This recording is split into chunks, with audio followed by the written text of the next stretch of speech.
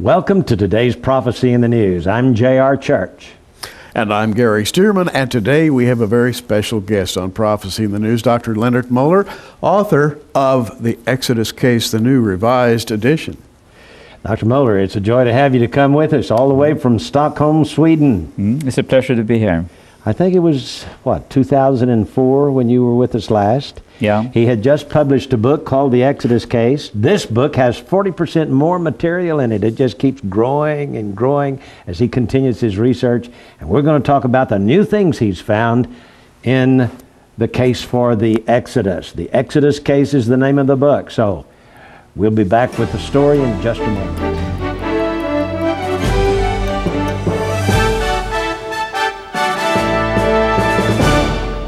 The Exodus Case. What a book.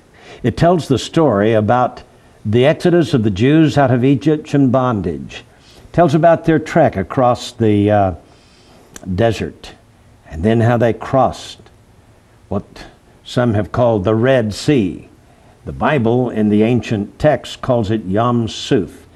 And Dr. Moeller, who is with the Karolinska Institute in Stockholm, Sweden, became interested in the Exodus and the crossing site. He actually went over there with some underwater cameras and took some shots at the crossing site, beginning with the Nueba Peninsula, and found what appears to be chariot wheels and remains of chariots and horses and humans. It's really a fascinating story, and he's here today to tell us about it. Gary, first question. Indeed. And Dr. Moeller, may I call you Leonard? Sure. Call me Gary. Yeah. And let's talk about some fascinating things. Now, you're quite a detective. You're a medical researcher at the Karolinska Institute. I think you have the mind of a detective because you've gone into an area that people had forgotten about for thousands of years, and you have looked at little clues, place names, geographical elements, and tracked the Israelites across that sea down there and made a very convincing case for the location of Mount Horeb.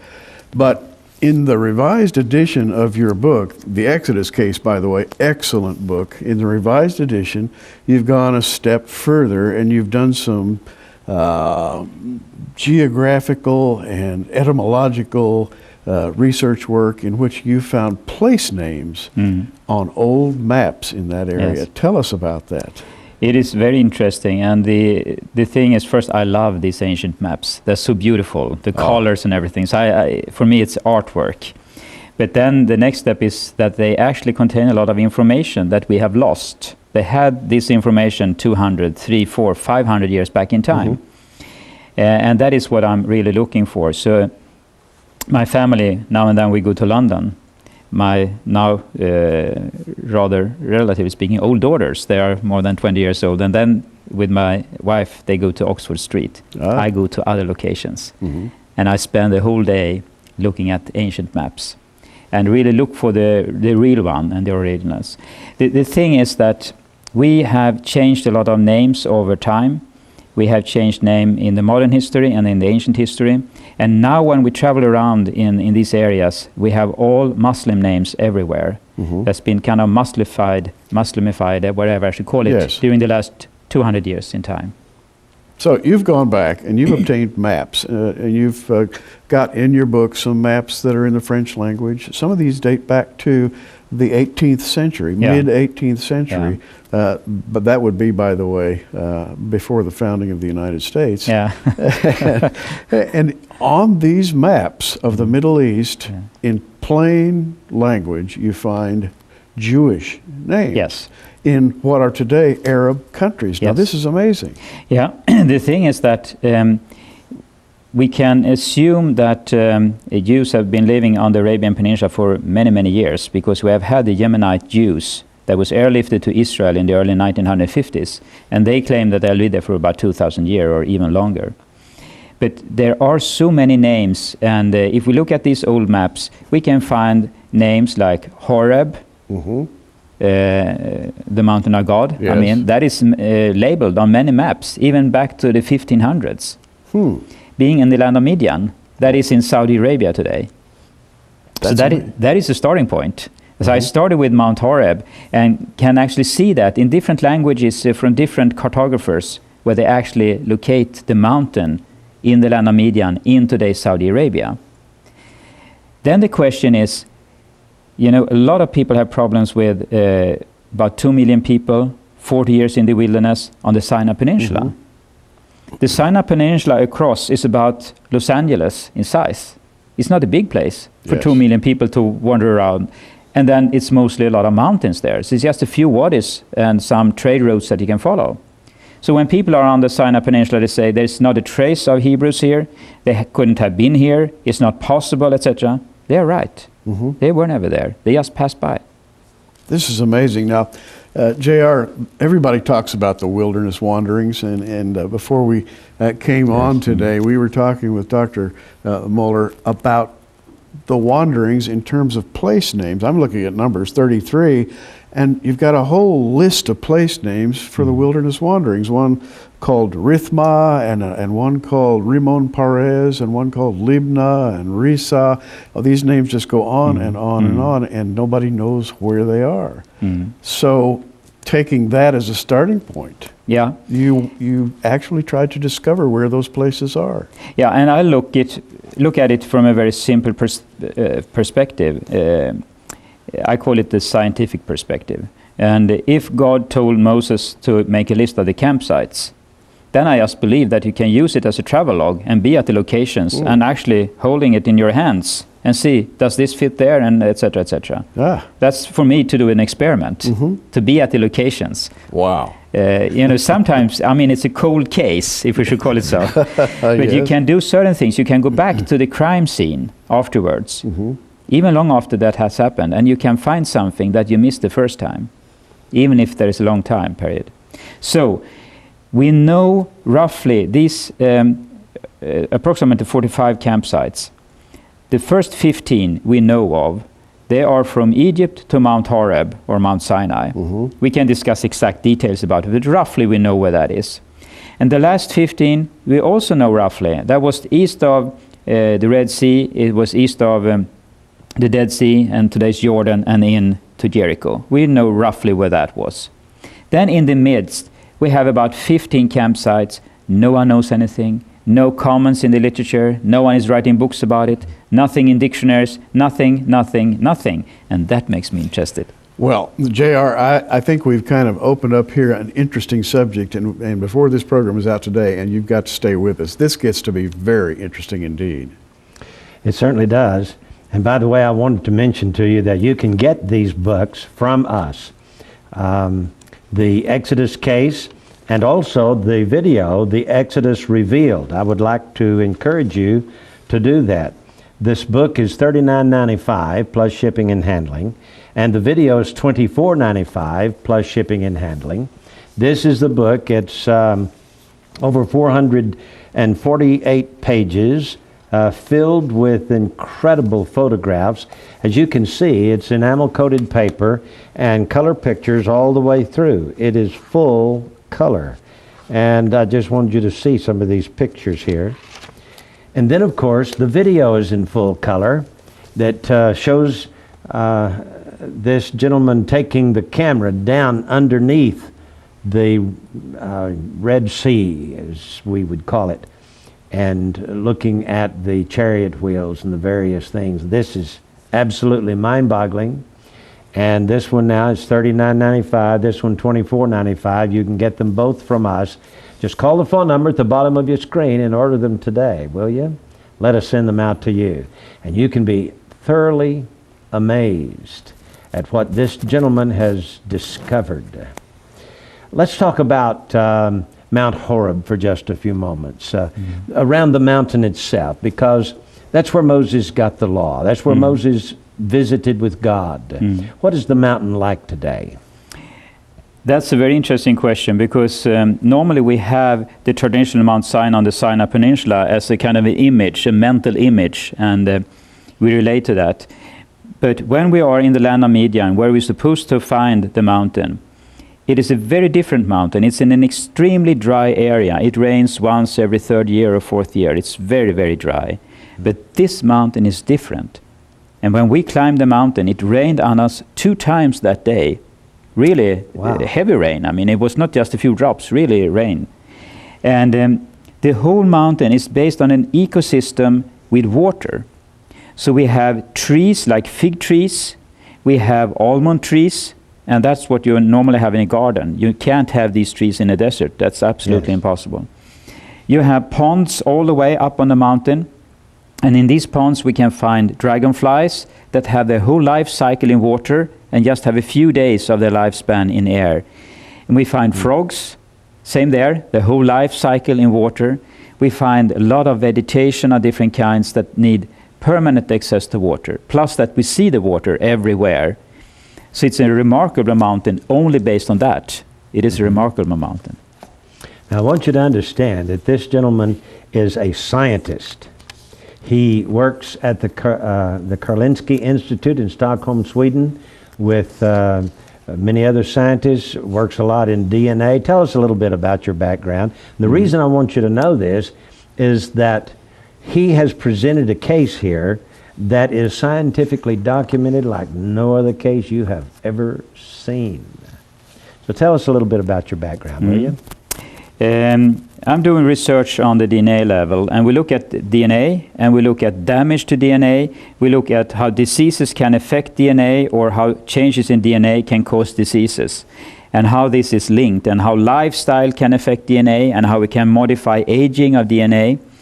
We look at things in the environment like nanoparticles, how they can affect DNA, and we look at drug development, so diseases involved in this, if we can have such drugs developed. And actually we had one that went very well rather recently, where we actually can play around with this and adjust it back to the normal situation. So that's what I'm doing. And when I work with DNA, that is a language that is an enormous in volume, all the letters there. And I try to read and understand that. And it's not a big difference really to try to understand the text of the Old Testament. And I use the same approach. In science, we have DNA, we try to read it and understand it. We try to read the misreadings and whatever it is. And we do it systematically, and we do experiments. The same thing I'm doing with the ancient biblical text. If it is an explanation of a route they just traveled for 40 years, and they name campsites and everything there, and they have a text about this, I analyze the text. My experiment is to be at the location, and then look at all the documents that is around this, and then I just report it as I would do in a court.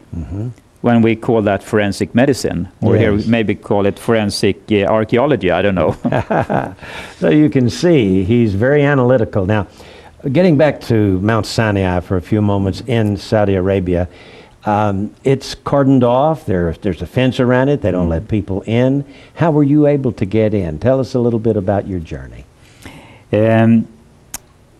Yeah, it's a very special type of journey. I lived with the Bedouin in the desert, and really lived with them under all circumstances you live, in a tent, and they bring the goat and cut the throat of the goat and start to prepare the food and everything. So we really lived with them. No hotels in the normal sense at all.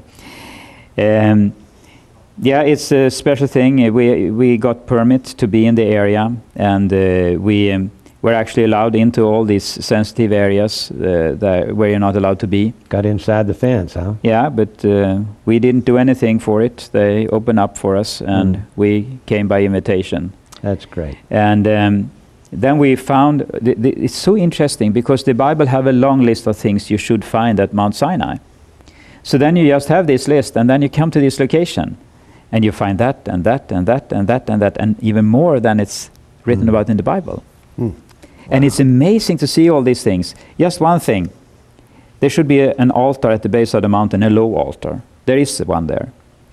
Then there are 2 corridors leading to the altar with about 3 feet high walls.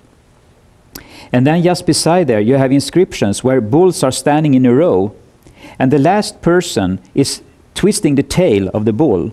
And this is interesting. I have a ranch, that's where we live, so I know how they deal with animals. And if you have cows or bulls in front of you, in a barn or so, and you want them to walk in front of you, you twist the tail of the last animal, and that's painful, and then they walk in that direction. Aha. And you know, when they are slaughtering animals, they smell blood, so they want to run away. So therefore, we believe that they built these corridors to keep the sheep and the bulls in place. And they have to force them towards the sacrifice altar. And thereby this inscription just beside, with bulls in a row and the last person twisting the tail, forcing the bulls towards this place of sacrifice. There's so many things. It's a gold mine of things. Amazing. And where the tents used to be, you found places of rocks around with pillars in the middle and so on. That must have been an awe-inspiring place just to visit. Oh yes, and when we think about camping, we have a kind of imagination what camping is, but they didn't camp the way we do. But it's called hut circles. It's a circle with stones, and it was a bigger stone in the middle.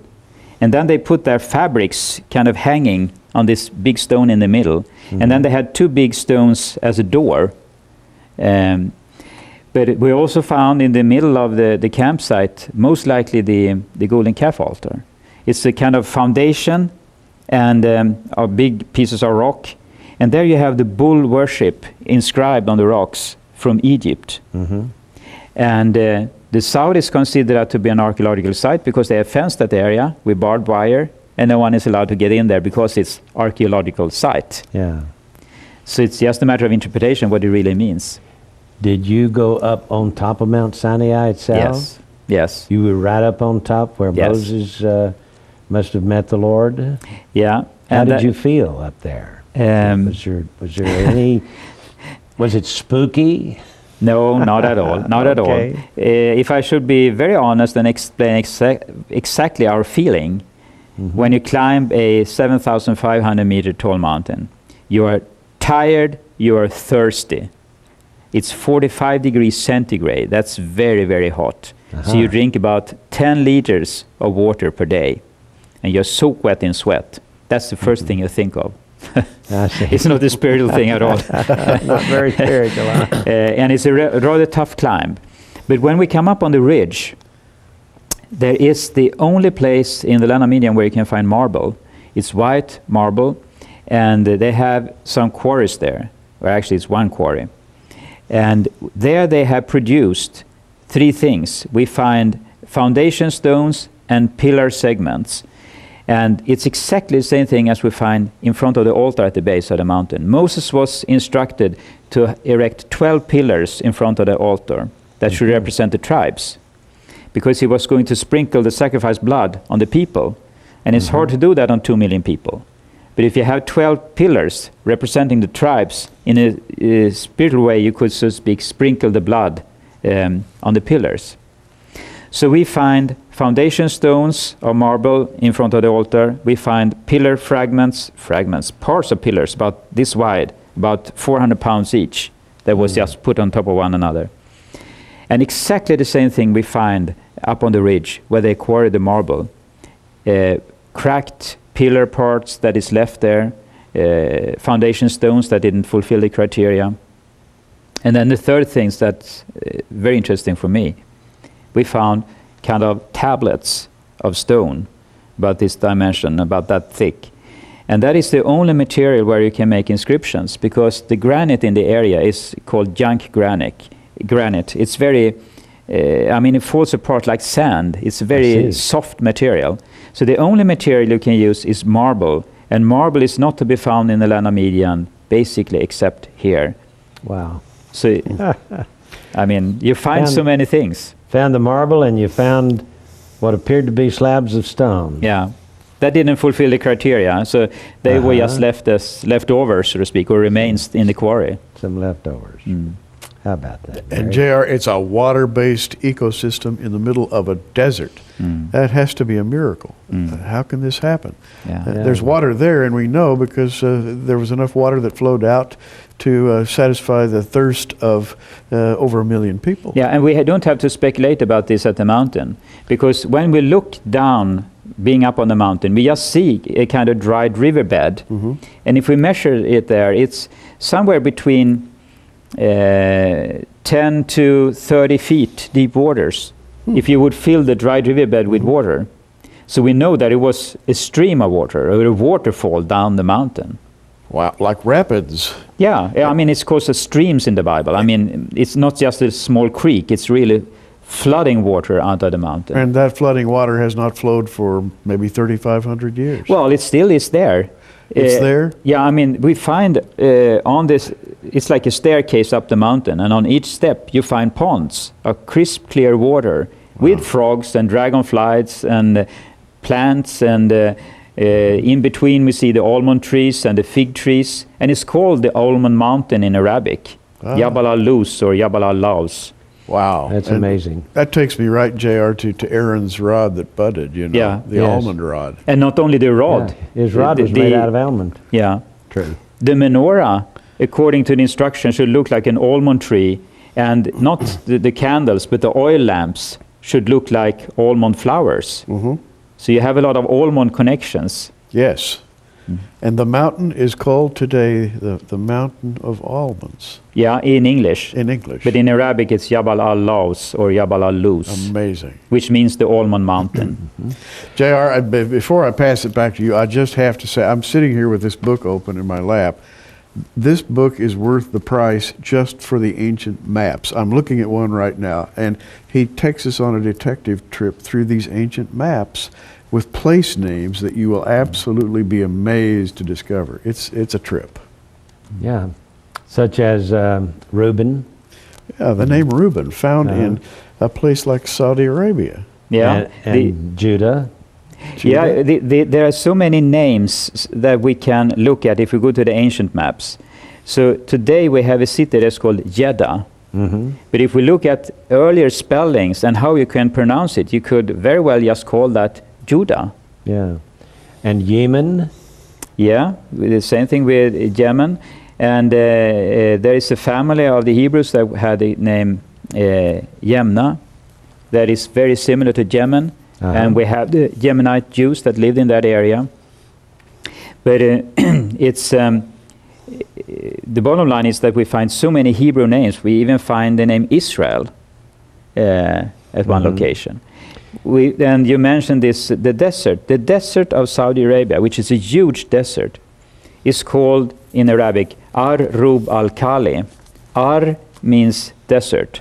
Rub I interpret as Reuben, the eldest of the 12 brothers of Jacob, the sons of Jacob.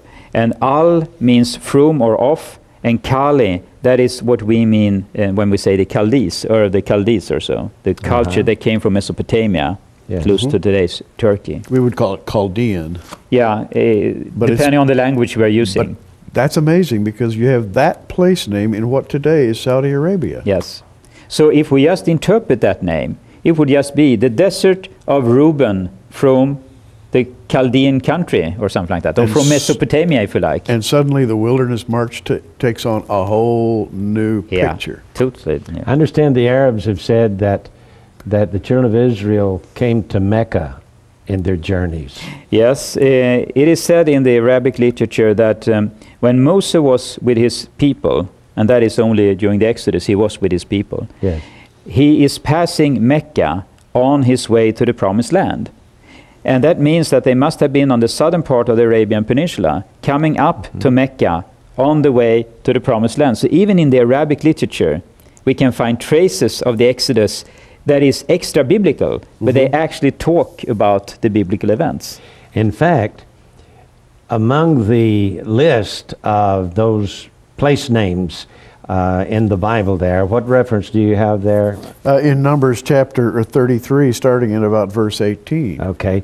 All of those names that are listed there, you have found 5 or 6 of them right in the heart of the desert of Saudi Arabia. Yes, not in the heart of the desert, because you're right in that there is a number of names in the unknown midsection of campsites that we don't know anything about, that we find very, very similar name on the Arabian Peninsula. But they are not in the desert, they are along the coastline. I see, So okay. it seems like they walked down on the coastline and then up in what is Yemen. So they went on the western side of Arabia and then up, and then likely then went back that way. And of course Mecca and Medina are there on the western shore, or near near the western shore Yeah. with the Red Sea there in Saudi Arabia. It's amazing. Yeah, and Mecca just means trade post, and that is a rather old place, but it was likely just a village or something like that during Yeah. the time of the Exodus. How about that? Ah, this is amazing. I want you to get this book. This is the latest edition, The New Discoveries of the Historical Exodus by Dr. Leonard Moeller, the Exodus case. His case, he makes the case here for the Exodus and for the mountain. There are pictures, oh my, pictures galore of the Exodus, of the crossing site, underwater pictures. Then there are pictures of Mount Sinai and all of the various things we've talked about around it. This is a great book, 448 pages. And all of it is full color, clay-coated or enamel-coated paper, very heavy book. It's $39.95 plus shipping and handling, worth every penny of it. And I would encourage you to get the Exodus Revealed, Dr. Moeller's trip underwater at the bottom of Yam Suf, what we call today the Red Sea, or what the Bible modern translations call the Red Sea. Actually, today it's called the Gulf of Aqaba. He makes his case for the site of the crossing being from the Nueva Peninsula over to the land of Midian. And it is absolutely astounding. I hope you'll get this. This is on DVD. It's 3 hours, and by the way, it has 6 extra features to it.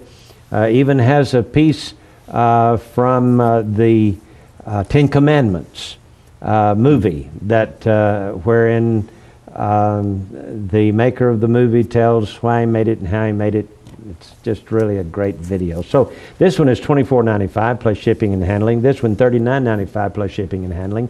You can call the phone number at the bottom of your screen and order it from us today. We'll be glad to get it right out to you. Gary? JR, before the program, and we only have a few seconds, Leonard told me that he felt that the Lord opened up doors to him in the Middle East. In just a few seconds, tell us a little about that. You feel like God opened some doors for you. Yeah, I would just like to express it in the way that I haven't really made these discoveries. Doors have been opened up for me in many directions, and I've just followed these open doors, and I just report what I have seen here. Amazing. Ah, folks, listen, there's a God in heaven. He loves the Jewish people, and He loves the Christian, and He walks with us. He takes care of us. He answers our prayers. And this is a fascinating journey that you've had. If you don't know Christ as your personal Savior, I hope you'll trust Him today. I'm J.R. Church with Gary Sturman and our dear friend Leonard Moeller. Until next time, keep looking up. Prophecy in the News is a viewer-supported ministry sponsored by our many friends across America and in your area. For your gift of $10, you can receive a special edition of our current program on audio tape, or for a gift of $20, we'll send you our programs on videotape. For either order, call the 800 number on your screen right now.